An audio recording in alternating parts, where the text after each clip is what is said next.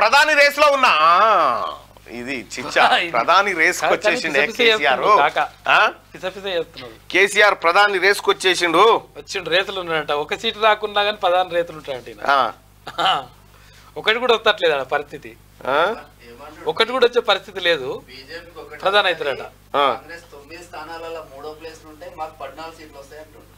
కేసీఆర్ 14 మరి ఏంటది అయ్యో పాపం ఏదో అయింది కొన్నిసార్లు చూస్తే పాపం అనిపిస్తుంది ఏదో అయింది అనిపిస్తుంది ఏదో అయింది కాకకు ప్రధానమంత్రి రేసులో ఉన్నా అని చెప్తా ఉన్నాడు కేసీఆర్ మాకు 12 నుంచి 14 సీట్లు వస్తాయి కేసీఆర్ బీజేపీకి 1 లేదా 0 సీట్లే కేంద్రంలో రాబోయేది ప్రాంతీయ పార్టీల కూటమే రాధాకిషన్ రావు ఎవరో నాకు తెలియదు ఫోన్ ట్యాపింగ్ ఉత్తి ట్రాష్ ఎక్కడోడక్కడ పండుకుంటే ఒక్కనే పోరాడి తెలంగాణ తెచ్చిన కాంగ్రెస్ నుంచి 30 మంది మా పార్టీలోకి వస్తామంటున్నారు బీఆర్ఎస్ ను తిరిగి టీఆర్ఎస్ గా మార్చే ప్రసక్తే లేదని వెల్లడి ప్రధానమంత్రి పదవి రేసులో తాను కూడా ఉంటానని ఇక రాయిదే పోయా గుద్దుకొని ఏం అర్థమైతలేదు ఇది ప్రధానమంత్రి పదవి రేసులో తాను కూడా ఉంటానని అవకాశం వస్తే వదులుకోవడానికి తాను అమాయకునేమి కాదని బీఆర్ఎస్ ప్రెసిడెంట్ కేసీఆర్ అన్నారు ఈసారి కేంద్రంలో బీజేపీ కాంగ్రెస్ అధికారంలోకి వచ్చే అవకాశాలు లేవని ప్రాంతీయ పార్టీల కూటమే ప్రభుత్వాన్ని ఏర్పాటు చేయబోతున్నదని చెప్పారు ఇదేమి ఆశామాషిగా చెప్పట్లేదని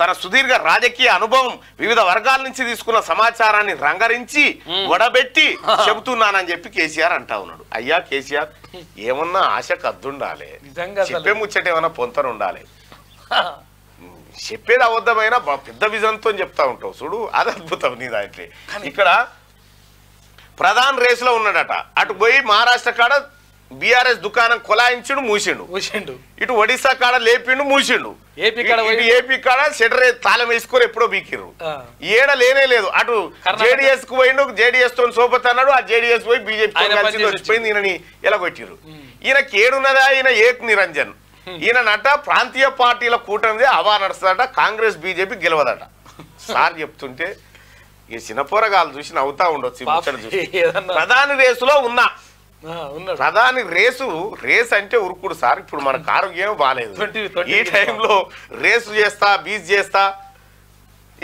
ఇంకేమంటాడు సారు వాట్స్ ఇంకా ఆయన గమ్మత్ ముచ్చట్లు ఏంటంటే ఏమైనా అంటాడు ఆయన ఏదైనా చెప్పగలుగుతాడు కేసీఆర్ నీవు అమెరికా అధ్యక్షుని అయితే నవసాన్ కూడా అంటాడు అంతర్జాతీయ అధ్యక్షుని అంటాడు అమెరికా అధ్యక్షుని కూడా అయితే డౌట్ ఏముందో అంటాడు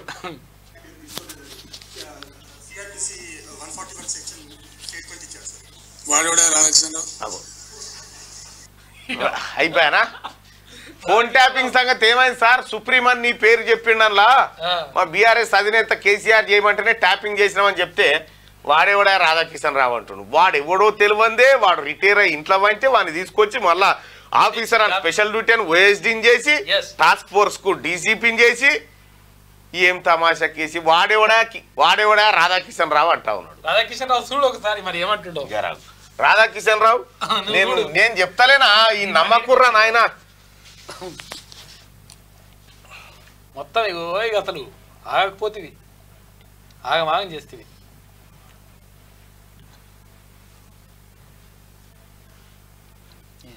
ఇగో ఈడే అదే మీ వాడే వాడేవాడే అంటే వాడేవాడే అంచివి మీద ఉన్నాడు చూడు మీకు ఈయననే ఈ చిచ్చనే ఈయననే రాధాకిషన్ రావు ఎవడంటే ఇగో ఈయన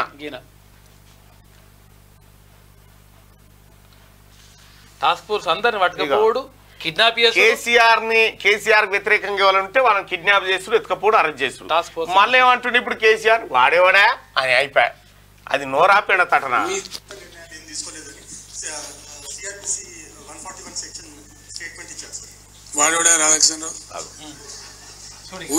రేపు పొద్దుగా ఎవరా ఈ తెలంగాణ ప్రజలు ఎవడా నాకేమెరకనా అంటాడు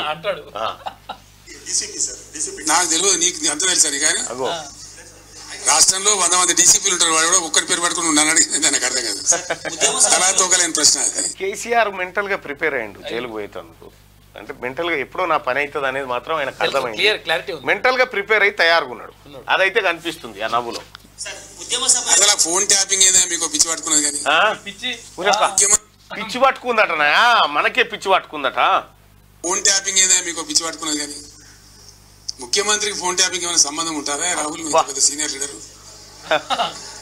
ముఖ్యమంత్రి gets reports from the intelligence department. వాడు ఎట్లా తీసుకొచ్చిన రిపోర్ట్ మాకెట్లా తెలుస్తుంది నాకు అర్థం కాదు. వాడు ట్యాపింగ్ చేసిండా, టూపింగ్ చేసిండా, డబ్బులు ఇచ్చిండా, ఇంకేదైనా రహస్య వ్యవస్థ పెట్టుకున్నా మాకు ఎందుకు తెలుస్తుంది? అదో ఇష్యూ అవా ఇంత సిల్లీ? ఆ గవర్నమెంట్ ఎంత సిల్లియా? Phone tapping సిల్లియా? 30 మంది జర్నలిస్టుల ఫోన్లు ట్యాప్ చేసి ఫోన్ ట్యాపింగ్ సిల్లియా? ఫోన్ ట్యాపింగ్ ఎంత నేరమో తెలుసా కేసీఆర్ నీకు? ఇండియన్ టెలిగ్రాఫ్ యాక్ట్ తెలుసు కదా నీకు? ఎవరెవరి మాటలు విన్నాడు? ఎవరెవరి మాటలు విన్నాడు? ఆల్మొగలు మాట్లాడుకుంటే అది సిల్లి అట. సిల్లి ఎంత ఈజీ కొట్టి పారేస్తుండు చూడు. సిల్లి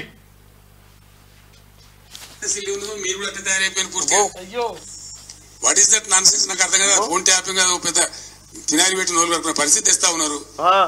ఎవడో కొందరు బాగాలు పని లేక ఫోన్ ట్యాపింగ్ తోకట ఏం ట్యాపింగ్ అయినా అర్థం కాదు.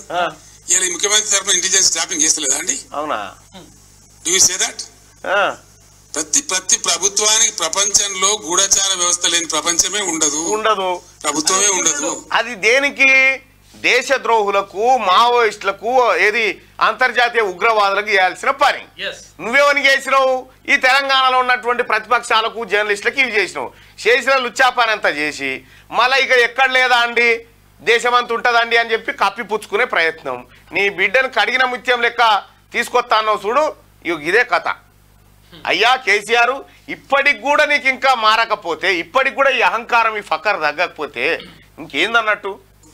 వాళ్ళు సమాచార సేకరణ చేసి ప్రభుత్వానికి ఇస్తారు. సాయంత్రానికి పొద్దున్న అర్లీ మార్నింగ్ ఎవ్రీ ప్రభుత్వం వేరు, వాళ్ళు వేరా? ఎవరాలు మరి? పోలీసులు ప్రభుత్వంలో భాగం కాదు. అసలు వాళ్ళకి వీళ్ళకి సంబంధమే ఉండదు. అసలు వీళ్ళు ఎదురైతే వాళ్ళు ముఖం తిప్పుకొని వెళ్ళిపోతారు అన్నట్టుగా చెప్తా ఉన్నావు. పోలీసు వాళ్ళకి ఏమైనా గులగులనా మంది ఫోన్లు టాప్ చేయాలని నువ్వు చెప్పకపోతే? Intelligence comes and brief the chief minister about the law and order situation.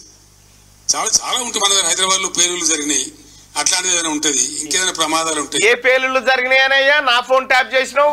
మొన్ననే నేను స్టేట్మెంట్ నా సిడిఆర్ అంతా చూపించారు. మొత్తం నా ఫోన్ ట్యాప్ చేసిండు. నా ఫోన్ ట్యాప్ చేస్తే నేనే అధికారులకు స్టేట్మెంట్ ఇవ్వాల్సి వచ్చింది. నేను ఒక్కనే కాదు, చాలా మంది ట్యాప్ చేసిండు. లిస్టు పెద్దగా ఉన్నది నీది కథ. దేనికి? ఉగ్రవాదులై బాంబు పేలుడు. ఈ బాంబు పేలుళ్ళలో ఉన్నాం మేము. మేము బాంబు పేలుళ్ళలో ఉన్నాము. ఏ తీవ్రవాదులమా? దేశ భద్రత గొప్ప వచ్చినది. నువ్వు చేయాల్సిన పనేంది, చేసిన పనేంది? నువ్వు సక్కరోని హార్డ్ డిస్కులు ఎందుకు వాళ్ళ కొట్టిరా? హార్డ్ డిస్కులు ఎందుకు వాళ్ళ కొట్టిరు? ఫోన్ ట్యాపింగ్ చేసిన డాటా మూసీ నదులు ఎందుకు వారేసిరు? రంపెం పెట్టి ఎందుకు కోసిర్రు? మీరు సక్కరోలే కదా. కొన్నిసార్లు కొన్ని విచిత్రమైన దొంగల ముఠాలు వస్తాయి. అట్లాంటి అన్ని కూడా సమాచారం మీ లెక్క తమరు లెక్క వస్తాయి అన్నట్టు సేకరించిస్తా ఉంటారు. ఏం చేయాలని చెప్తారు. దాన్ని బట్టి గవర్నమెంట్ ఏంటంటే వివిధ శాఖల అధికారులకు అప్రమత్తం చెప్పి కల్తీ విత్తనాలు ఉంటుంది, దాన్ని కూడా ఇస్తారు. ట్యాపింగ్ చేస్తాడా, టూపింగ్ చేస్తాడా మాకేం తెలుస్తుందా? నాకు అర్థం కాదు. No minister is concerned with that. No chief అసలు కన్సర్న్ ఉండదు. We are only concerned with the reports given by the intelligence. The way they brought the report, we don't know. That is pure. KCR చెప్పే ముచ్చట ఎట్లుందంటే, ఓ తండ్రి కొడుకున్నాడట. కొడుకు ఆవారంగా తిరిగి ఆఖరికి ఏం చేసిండు? ఓ తన ₹1 కోటి దొంగతనం చేసుకొని వచ్చాడు. చేసుకొని ఇంటికి వచ్చిండు. తండ్రి ఆడ విట్రా బిడ్డ అంటాడా, లేక యాడికెళ్ళి తెచ్చినవరా అంటాడా? యాడికెళ్ళి తెచ్చినావు అని అడగాలనా వద్దా? ఎక్కడిరా అడగాలిగా. అది కాదు, ఆడ పెట్టి బిడ్డ అన్నట్టు. అది లెక్క. మాకేం సంబంధం అండి అంటుండు. తెస్తే పెట్టమని చెప్పినా అంటున్నారట. ఏం చెప్తావు KCR? Internal matter of the police department. ఇంకోటి అండి అదేదో మీరు పెద్ద భ్రమలో ఉన్నారు. పోలీసులు ఎప్పుడు ఫోన్ ట్యాపింగ్ చేసినా బాజాప్తాగా టెలిగ్రాఫ్ యాక్ట్ ప్రకారం 1869 టెలిగ్రాఫ్ యాక్ట్ ప్రకారం బాజాప్తా రాష్ట్ర హోమ్ సెక్రటరీ పర్మిషన్ తీసుకొని చేస్తారు. పర్మిషన్ లేకుండా చెయ్యరు. ఆ రాష్ట్ర హోమ్ సెక్రటరీ పర్మిషన్ తీసుకొని, ఈ రాష్ట్రానికి హోంమంత్రి సంగతి నీకు ఎరికే. మన హోంమంత్రి ఇది వరకు ఉన్న హోంమంత్రి ఇది గట్టా ముద్దు పెట్టా. పాపం ఆయనకు హోంగార్డులు ఎంతమంది ఉంది తెలియదు, పోలీసు వాళ్ళు ఎంతమంది ఉంది తెలియదు. ఇక ఆయన శాఖ పరిశీలించి తెచ్చిచ్చిందట ఈయనకు. ఈ ఇంగితం ప్రతి ఒక్కరికి తెలుసు. తర్వాత తీసుకున్న దాన్ని డిమాలిజ్ చేయొచ్చని కూడా ఉంది ఆ చట్టంలో. ఒక నిర్ణీత వ్యవధి తర్వాత వాళ్ళు సేకరించిన సమాచారం చూసిరా ఇప్పుడు ఏమర్థమైంది? మేము డిమాలిజ్ చేసింది కరెక్టే అని ఒప్పుకుంటుండు, దాన్ని సమర్థించుకుంటుండు, ఫోన్ ట్యాపింగ్ కరెక్టే అని చెప్తా ఉన్నాడు, అది చేసి ఉండొచ్చు అని చెప్తా ఉన్నాడు. కాకపోతే నాకు సంబంధం లేదంటూ. కానీ మరి వాళ్ళని అరెస్ట్ చేసిరు, వాళ్ళని డిమాలిజ్ చేసి హక్కు వాళ్ళకు ఉందని చెప్పి మళ్ళీ కాపాడుతున్నాడు అన్నట్టు సార్. ఈ లలిత కళలన్నీ ఇవే. కేసీఆర్ ఇక నిన్న పోయి ఎన్నో పెట్టిండు దుకాణం, సెల్ఫీలు. ఈ పని ముందుగానే చేసి నుంచే, ఓడిపోక ముందుకు చేసి నుంచే ఒక్కనన్నా దేకినావు, ఏం పని పట్టించుకోలే. ఇక చూడు అన్న కూర్చొని అగో ఇంకొకటి తీసుకో ఇప్పుడు చెప్పి ఇవి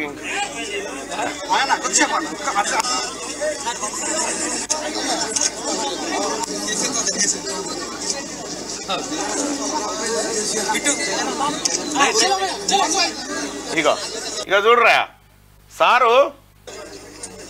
కథ చూడు. ఇది ఏం బాటలా? Kinley water bottle. ఇంటింటికి నీళ్ళు ఇచ్చినావు, నువ్వు పోయినటికి కాలేవా మన నీళ్లు? ఇంటింటికి నల్ల నీళ్ళు ఇచ్చినా అంటివి కదా, మరి నువ్వు పోయిన కాడ లేకునేనా సార్ ఈ నీళ్లు? బిస్లరీ వాటర్ ఏంది కిన్లే వాటర్ బాటిల్ తెచ్చి పెట్టుకున్నావు? మది పిల్లలకు ఇంకోటి దీని అని మన బిడ్డ ఏం తింటుంది? ఒక్కనాడ నడుచుకున్నావా? అటు పోయి తొగి చూస్తున్నా కనీసం ఒక్కరోజన్నా. కవితమ్మ ఏం తింటుంది? కన్న బిడ్డ, కన్న ముంగడ తిరిగిన బిడ్డ, పొయ్యి 3 నెలలు దగ్గర పడే అజే బాయే. కనీసం పోయి నీ బిడ్డనే వాళ్ళకి అడిగకపోతుంది. పోతాడు ఇప్పుడు రేపు ఎలక్షన్ కాగానే మళ్ళీ పోతాడు. ఎలక్షన్ కాగానే పోతాడు మళ్ళా గొంగడి కప్పుకొని పోతాడు, కలవాల్సిన వాళ్ళని కలుస్తాడు. ఈ కథ అంతా ఉంటది. ఇక ఉంటది.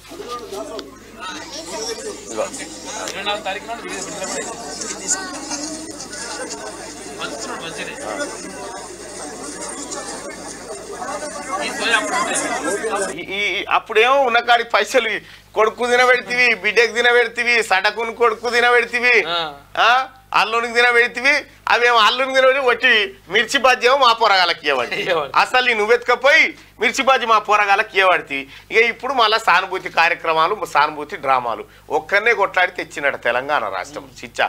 ఈ ప్రధానమంత్రి అయితే అంటాడే, ఈ ఎక్కడి పంచాయతీ ఇది? ప్రధానమంత్రి ఉంటదా దేశం? రేసులో ఉన్నాడట.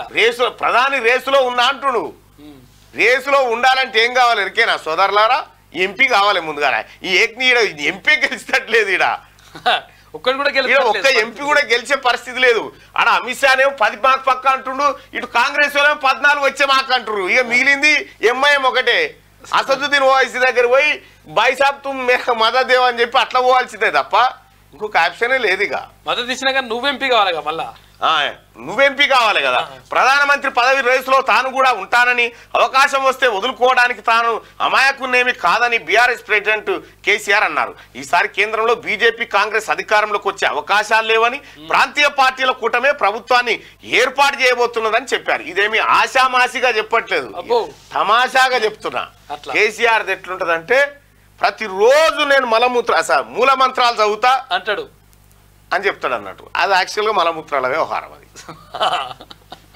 ఆయన చెప్పే కథ అట్లుంటది అన్నట్టు. వివిధ వర్గాల నుంచి తీసుకున్న సమాచారాన్ని బట్టి చెప్తాను. ఏ వర్గం అయ్యా నీకు ఇచ్చింది? తన సుదీర్ఘ రాజకీయ అనుభవం. నీ సుదీర్ఘ రాజకీయ అనుభవంలో మోసం, కుట్ర, నయవంచన తప్పేమన్నా ఉందా?